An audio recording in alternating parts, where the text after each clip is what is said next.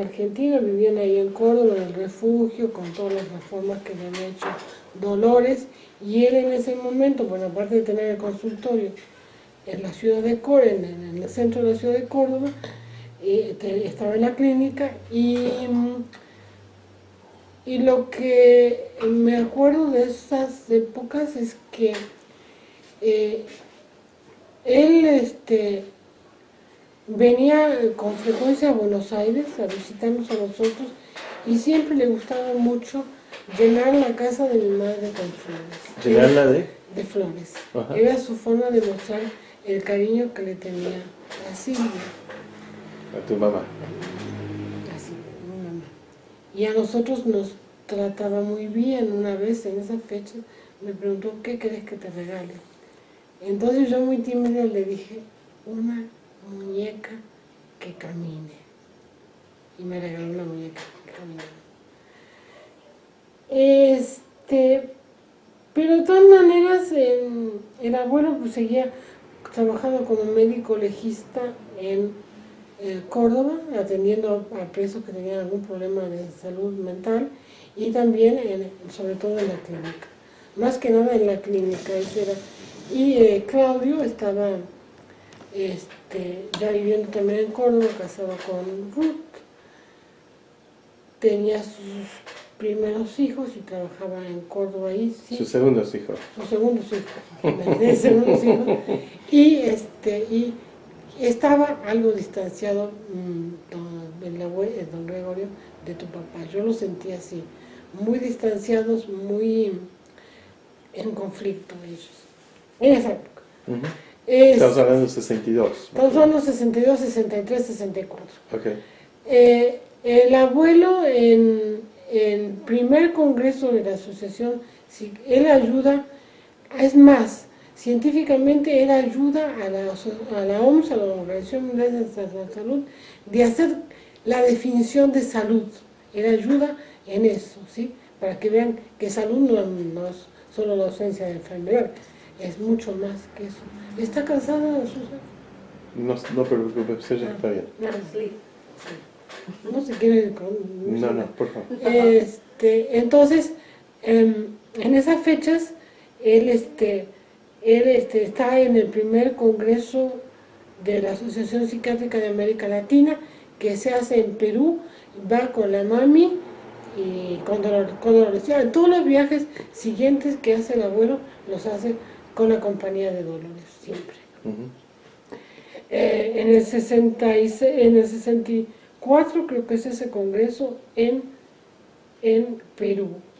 Luego, en el 66 se hace el congreso en la Argentina y él es elegido ahí presidente de la Asociación Psiquiátrica de América Latina, en el 66. Okay. Ya se vienen ustedes a Estados Unidos. Luego, en el 60 viajan a Europa en el año más o menos en el 67. Y en el 68 viajan a China. Nuevamente el abuelo con Dolores. Ahí viaja a China con ella y ella, todos se embelezan de lo que había logrado China en tan poco tiempo. En plena revolución cultural china. Pero fíjate que tanto lo querían los chinos el abuelo que el Palacio de Invierno, la ciudad prohibida de los chinos, que estaba cerrada por la revolución, se la abren para que la visiten. Así lo querían los chinos y él se involucra mucho con la medicina china, con la acupuntura. Es más, Dolores se hace su tratamiento de las rodillas donde tenían problemas con acupuntura. Y a ellos no tienen no hay muchos argentinos en China, ¿no?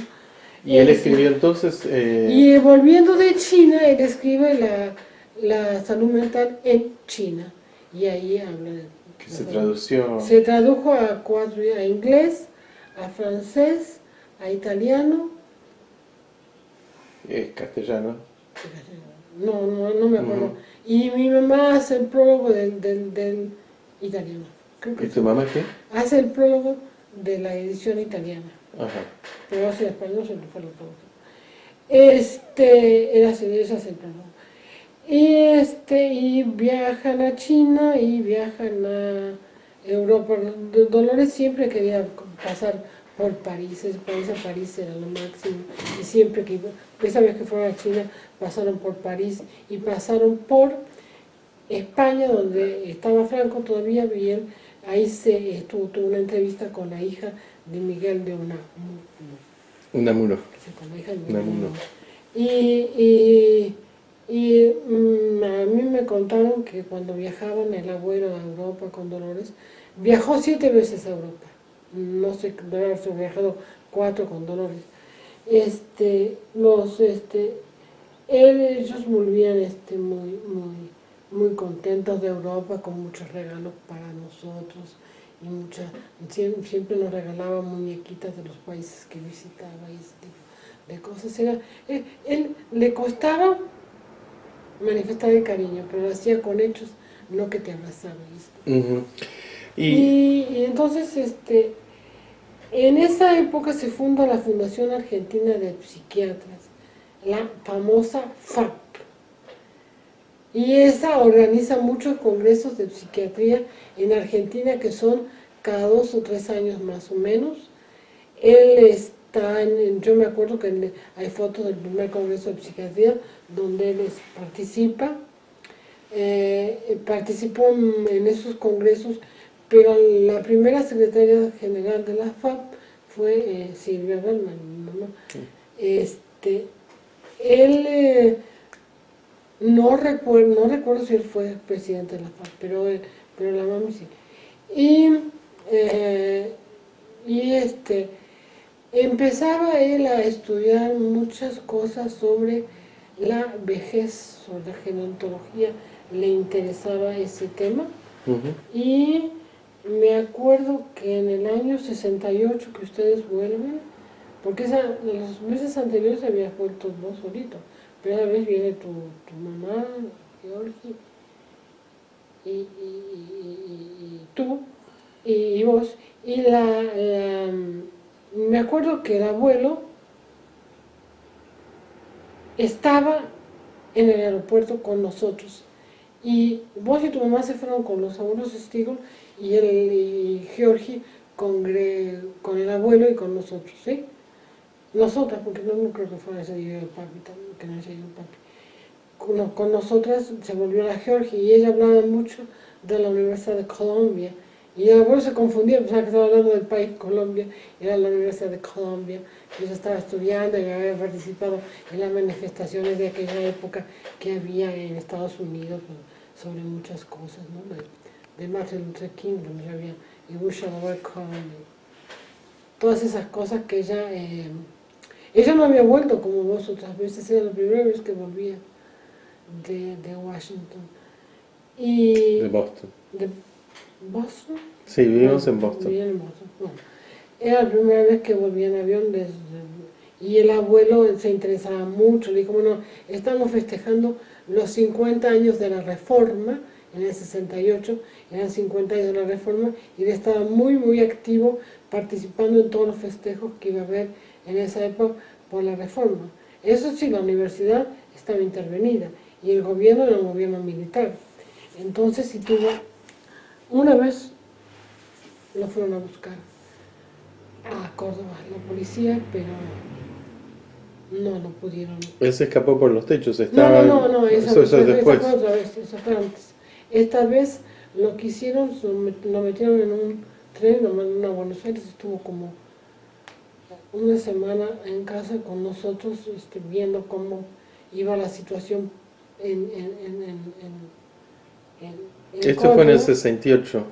Sí, más o Que menos. también en Francia había movimiento Sí, había estudiantil movimiento estudiantil en todo el mundo, acá en México también hubo. basado sobre la reforma universitaria Sobre la que él reforma empezó en Córdoba. universitaria y ahí estaba todo el movimiento hippie, el movimiento contestatario, los estudiantes franceses lo tiraron a De Gaulle en esas fechas, estuvo el Cordobazo, estuvo acá en la plaza de Tlatelolco donde murieron en el 68, mi marido participó en las manifestaciones que hubo acá en México, sobre todo una nueva reforma universitaria, todavía mucho más libre que la anterior, entonces el abuelo estaba participando mucho en ese tipo de eventos de la reforma ¿Y el universitaria. Che vivía en el 68? No, el Che murió en el 67. Ajá.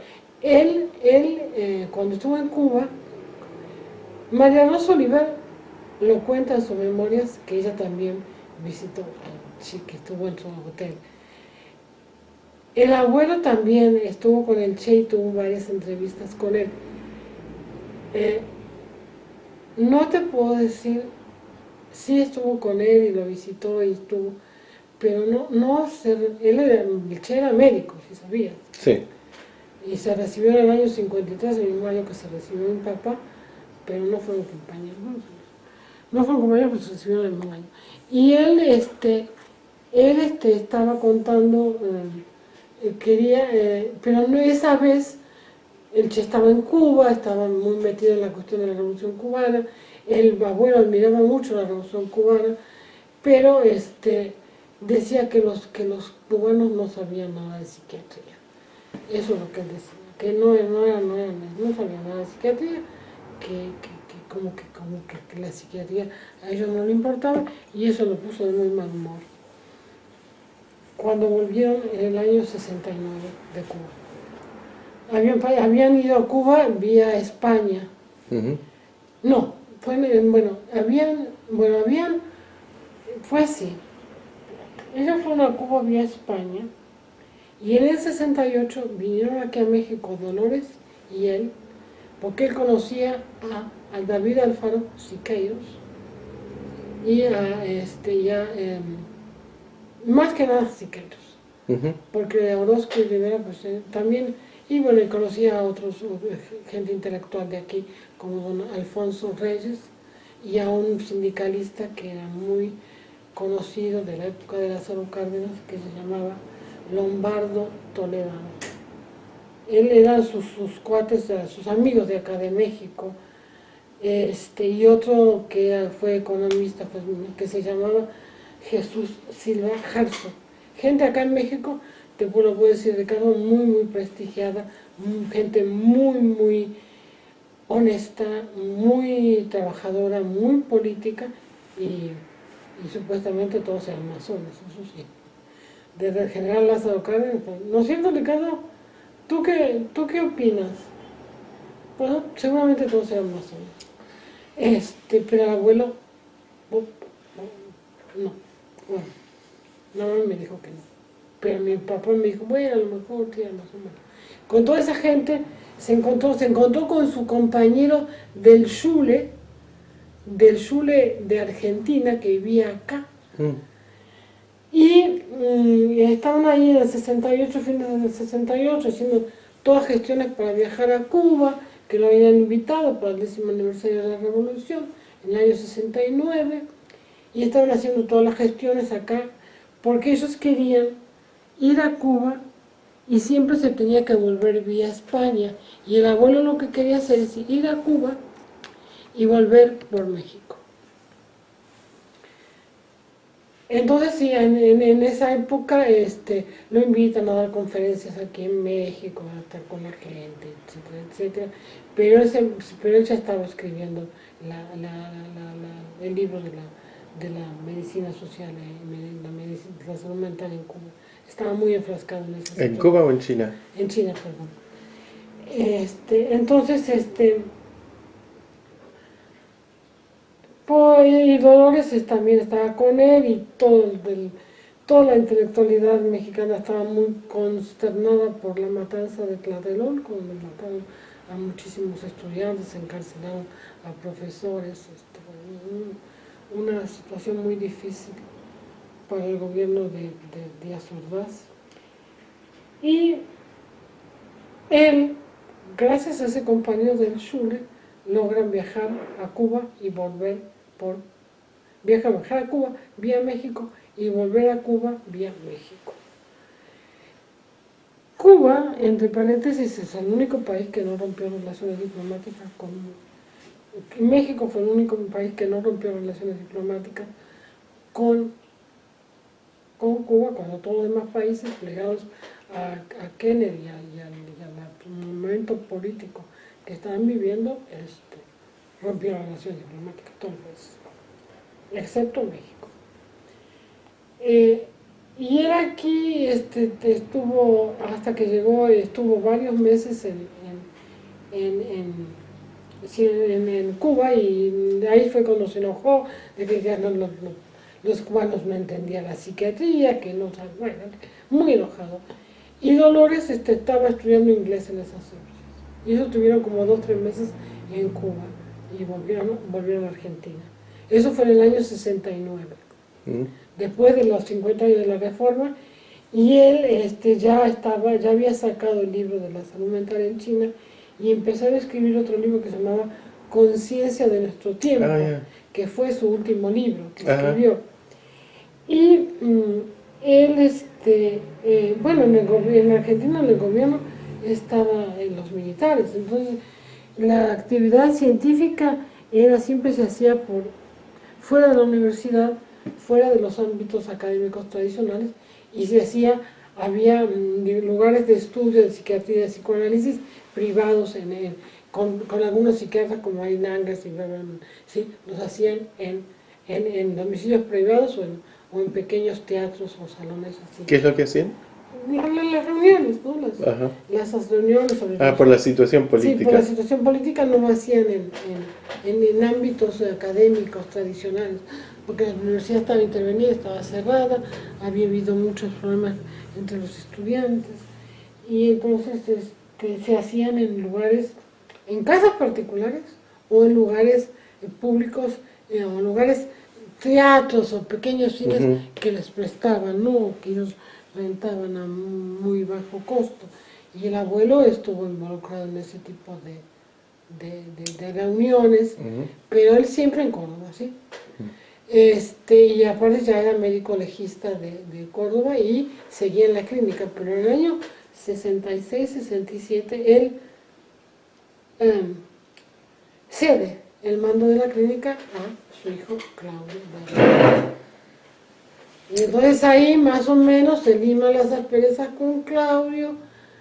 Claudio está casado con Ruth, vive en la casita y empieza, él le dijo a la mami que él empezaba ya a confiar mucho en Claudio y a darle todas las cosas que él ya por la edad no podía hacer. ¿Sí? Entonces le va cediendo la dirección de la clínica a Claudio y él le dijo a la mami que...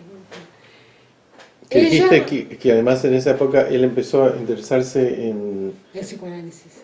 No, Gregorio, en la cuestión de la gerontología. Sí. Y en esa época también viaja Georgie a la Argentina y es la secretaria del abuelo. Georgie era la secretaria del abuelo y ella me decía que en esa época hablaba mucho de los gerontes. ¿Los qué? De los gerontes. No sé qué son. Los de gente vieja, enferma, los viejitos. Ok. De la gerontología, ¿sí? Los viejitos. Y en esa época, bueno, Georgie era secretaria y bien, muy bien, él está muy contento con que Georgie sea su secretaria, que le podía traducir cosas al inglés. Al inglés, claro. Que, bueno, que para ella le era fácil, había cartas que ella le tenía que traducir al inglés, y Georgie hablaba inglés como una gringa, digamos, como una norteamericana. Hablaba muy bien inglés. Y recuerdo, es que lo que pasa es que yo me acuerdo más de las anécdotas que de la cuestión científica pura. Me acuerdo que cuando la tía Dora cumplió años, le mandó el abuelo una carta a la tía Dora,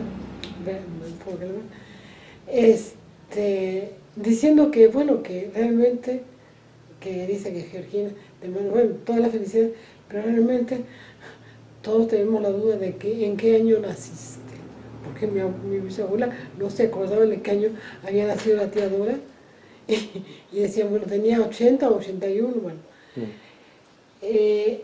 El abuelo le escribió una carta a Dora felicitándola, y me acuerdo que en el cumpleaños de la tía Dora lo leyó. Nos queda poco tiempo bueno, en la entonces, batería. Mira, él en el año sí, su salud estaba mermando un poco, se lo veía muy cansado. ¿En qué año? ¿70? 70.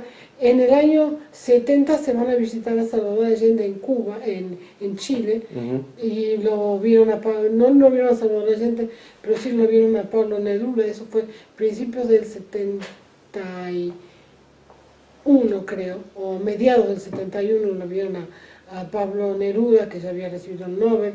Bueno, estuvieron allá en Chile, volviendo a Santiago, en la casa de su sobrino, hijo de Eva Berman, y se llamaba Tentenbaum, de apellido, tuvo una crisis de salud, no supe bien qué. Y después ya me acuerdo que en la Navidad del 71, Navidad del 71 para principios del 72, la mami lo vio muy deteriorado. Y en el 72, a principios del 72, la mami me dijo, ¿cómo lo viste al abuelo? No, mi hijo, lo vi mucho mejor. Te estoy hablando de marzo, más o menos, del 72. Dije, no, lo vi al abuelo mucho mejor, está mucho. Y ese año, no sé si es importante, pero mi mamá había ganado una cátedra de psicología clínica en la Universidad de Psicología de La Plata, en la provincia de Buenos Aires. Y el abuelo estaba muy orgulloso de que mi mamá había logrado una plaza ahí. Y nos llama más o menos a fines de abril o mediados de abril, el tío Claudio, que el abuelo había tenido un abdomen agudo, una crisis de abdomen agudo. Y que, estaban ahí en terapia intensiva con los mejores médicos de Cuba, los mejores médicos, y que parecía que no la iba a librar. Bueno, porque tenía ya muchos achaques, mucha cuestión de la vejez y todo eso. Entonces... Disculpa, ¿pero qué? Muchas cuestiones de la vejez, del Parkinson. ¿Él qué edad tenía?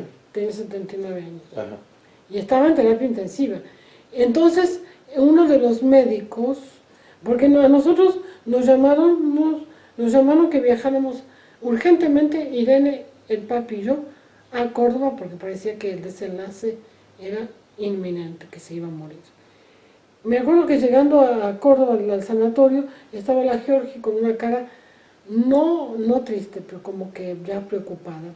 Y después de eso, es que dicen científicamente que las neuronas, cuando presienten la muerte, hacen un esfuerzo terrible por sobrevivir. Entonces nos quedamos un día, 2 días, a Irene le quitan sangre que necesitaban, ya tenía 18 años, yo tenía 16. Y volvemos, el papi, Irene y yo, a Buenos Aires, porque parecía que se iba a curar. Que se iba a curar y que no iba a pasar nada. Entonces nos volvemos a Buenos Aires. Se acuerdo que hacía frío, ya era abril, pero hacía frío. No, ya era mayo, pero hacía frío. Entonces dije, bueno, y Dolores me dijo ahí que ese cuerpo hermoso, que y bueno, después nos quedamos en Buenos Aires y ahí recibimos la noticia de que se había muerto. El 4 de mayo de 1972, me acuerdo que lo velaron en la clínica, había muchos medios de comunicación, salieron muchos medios. Me acuerdo que en el cementerio hubo varios discursos, sobre todo el de un líder universitario de esa época, que era muy conmovedor. Toda la Georgie estaba desconsolada. Fue la única vez que yo vi llorar a mi mamá, una de las pocas veces, cuando pasó eso y cuando lo pasó lo de Irene. Fue las únicas 2 veces que yo vi llorar a mi madre. Fue muy lindo todos los discursos que hubo en el cementerio. Después hubo como un desayuno, a la hora del té estaban todos ahí. Lucy estaba embarazada de Sole. Estuvo muy lindo, había muchos que habían sido médicos internos, psiquiatras que habían trabajado con él, pero gente muy íntima, no era una gran multitud, era gente muy íntima, que muy bonito estuvo todo eso. Y me acuerdo que esa noche abrieron la caja fuerte, tu papá sabía la combinación de la caja fuerte, y leyeron el testamento del abuelo. Era nada más Dolores, mi mamá, tu papá y nadie más. Yo quise curiosear un poquito, escuchar por la rendija, pero me dio tanta vergüenza, dije, no, eso tiene que ser, tenía 16 años, me dio tanta vergüenza que me fui a otra parte, ¿no? Me fui a donde estaba Melano. Y bueno, y eso fue, y él donó, el refugio era para tu papá y para mi mamá, pero ellos decidieron que Dolores permaneciera viviendo ahí, porque pues, era su casa, ¿no? Yo recuerdo que Allende mandó un telegrama. Allende mandó un telegrama, sí. Allende mandó un telegrama, fue en el 72. Sí, pero de otros telegramas no me acuerdo. Eran muchos, mucha gente mandó telegramas, pero no me acuerdo del de Allende, sí, porque yo justamente llamé a una persona que vivía, a una chilena que vivía en Buenos Aires, que había sido esposa de un amigo del abuelo, de Arauz Alfaro, que tenía una estancia a las afueras de Córdoba, en Totoral. Yo lo llamé a él para que le avisara a Allende que el abuelo había muerto. Entonces, cuando le avisaron a Allende, mandó el telegrama. Sí, mandaron de muchas partes, pero no. Mandó del Tito Tannenbaum, el sobrino del abuelo de Santiago de Chile, también mandó un telegrama. Y yo no sé, bueno, si por medio de él o de otras personas, sí, Salvador Allende fue y mandó un telegrama que decía presidente de Chile. Vamos a cerrar Cerremos este segmento sobre el abuelo. ¿Hay algo más que quieras añadir antes de que terminemos? Mira, el abuelo era muy cariñoso con nosotras dos. A Irene ella la mandó a que era menor emancipada porque quería hacer como una fundación con Irene, Georgina y él. Entonces me dieron un poder como que si Irene ya era mayor de edad. Todo me acuerdo que cuando íbamos con la tía Celica a visitarlo a él, todas las mañanas después de desayunar subíamos a saludarlo, y nada más a saludarlo. Después a la hora de la comida y a la hora de la cena siempre estaba con nosotros, pero nosotros le teníamos tanto respeto, tanto no sé, que no hablábamos casi con él de cuestiones políticas o de cuestiones sociales. Mi mamá sí hablaba con él de política y de sociedad y de enfermos y de no sé qué tantas cosas, de los pacientes y de las enfermedades mentales y todo ese tipo de cosas. Con nosotros, no. Y a mí, por ejemplo, a mí fue la que más yo pienso que a mí fue la que más menos me trató bien. Porque ahí con una cosa que me pasó en la escuela secundaria y que posiblemente vieron que yo tenía un posible retraso mental y todas esas cosas, nunca me tomó en cuenta. Y aparte yo no hablaba, era tan tímida, la que me hablaba un poco con él, ya después fue Irene, pero yo no, era muy tímida. Y yo creo que el abuelo como me tenía como que eso, como que, no sé, pero a mí me parece, mi sensación que yo tengo de que él pensaba que yo tenía algún tipo de retardo mental. Yo lo recuerdo de él, es los desayunos con él y Dolores en el jardín de invierno. Sí, el jardín de invierno, la losa que tenían de Rafael Alberti, lo que pinta este pincel y el color de borrar. No es de Rafael Alberti, es de José Hernández, que escribió en Martín Fierro. ¿Es de quién? De José Hernández, el que escribió en Martín Fierro. Ajá. Lo que pinta este pincel ni en tiempo no ha de borrar. No pinta quien tiene ganas, sino quien sabe pintar. No, porque dice, lo que pinta este pincel ni en tiempo no ha de borrar. Nadie se atreverá a como desvirtuarme no pinta quien tiene ganas, sino quien sabe pintar. Es de José Hernández de Martín Fierro. Y recuerdo también que el día que teníamos que ir a comprar la bicicleta, el papi no fue y lo mandó al abuelo en vez, y él nos compró la bicicleta a Georgina y a mí. Que era una bicicleta que luego yo tuve, la tuya. Ajá. Sí, que era un desastre manejando, que me acuerdo que... Sí, manejaba muy mal. Que una vez... mal. Sí, sí, eso decía, sí, manejaba muy mal. Que una Muy vez salimos con él y Georgina a Córdoba y él para salir chocó contra el coche de atrás un poco y después dobló a la izquierda y chocó contra el coche de No, sí, adelante a era medida que salía. muy malo para manejar, muy malo para manejar, sí. Me acuerdo que tenía así, bueno, como coche con mi mamá. Jorge decía que la mamá manejaba igual que la abuela. Mm. Y mi marido dice que mi mamá manejaba haciendo eses Y todo el tiempo. me acuerdo también, Son anécdotas, ¿no? me acuerdo que hubo un susto una vez con Dolores, el gas, que es el veneno del gas porque se apagó el... La salamandra. Sí, y otra vez me acuerdo que Dolores estaba manejando en ese viaje a La Sí, se Rioja. quedó dormida. Se quedó dormida y la desperté yo. Sí. Y él se enfadó con ella y siguió manejando él.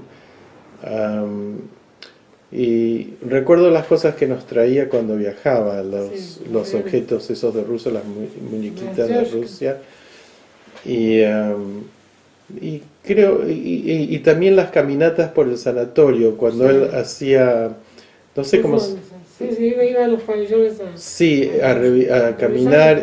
revisar los pacientes. Y el respeto con que lo trataban todos y la admiración. Y además de la mami y el papi y tu papá lo trataban de usted, al abuelo nunca lo Sí, trataban. todos lo tratábamos de usted. No, yo no, Irene y yo lo tuteábamos. Ah, no, yo lo trataba de No, usted. Irene y yo, pues eso fue la venganza de mi mamá, ¿no? Porque ella dijo, bueno, ¿por qué a los padres de usted? Ujú. Entonces yo creo que ella fue, y al abuelo y a la Dolores, a los dos los tuteaban. Sí, no, Dolores también lo trataba de usted. No, Dolores. La abuela Lelinda sí, pero Dolores. No, pero yo creo muchas veces recordaba que ella lo trataba de usted. Pero de usted de cariño, de usted de Sí. usted cariñoso, no de usted de respeto. Y había algo más. Bueno, las discusiones que él tenía con papá cuando yo era muy chiquito, que en la mesa ellos discutían cosas políticas y estaban en desacuerdo. Y también el modo en que tomaba la sopa, que hacía el ruido con la cuchara, que era muy gracioso, se lo escuchaba.